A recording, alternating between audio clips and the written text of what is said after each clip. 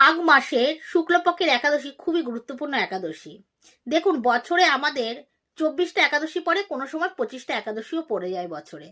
এই যে 24টা একাদশী বা 25টা একাদশীর মধ্যে যদি আমরা কোনো একাদশীর ব্রত না করতে পারি, অবশ্যই এই একাদশীর ব্রত অবশ্যই পালন করা উচিত। এই একাদশী, এই একাদশী কি নামে পরিচিত? একাদশী হলো গিয়ে ভৌম একাদশী বা জয়া একাদশী নামে পরিচিত। আবার কেউ নির্জলা একাদশী বলে। এই দিনকে নির্জলা থেকে ভীম এই ব্রত পালন করেছিল বলে এই একাদশীর নাম ভৌমি একাদশী নামে পরিচিত।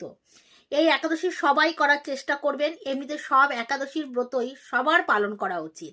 8 থেকে 80 যাদের শরীর সুস্থ আছে তারা প্রত্যেকেই যেন এই একাদশীর ব্রত পালন করে।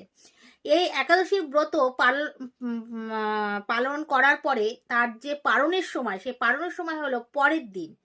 হলো কি, এটা পড়েছে 29শে জানুয়ারি, বৃহস্পতিবার দিনকে এই একাদশী ব্রত পড়েছে। আর পারণের সময় হলো গিয়ে পরের দিন শুক্রবার 9টা 27 মিনিটের মধ্যে আপনারা পারণ কমপ্লিট করবেন। সবাই ভালো থাকবেন, সুস্থ থাকবেন, অবশ্যই একাদশীর ব্রত পালন করার চেষ্টা করবেন।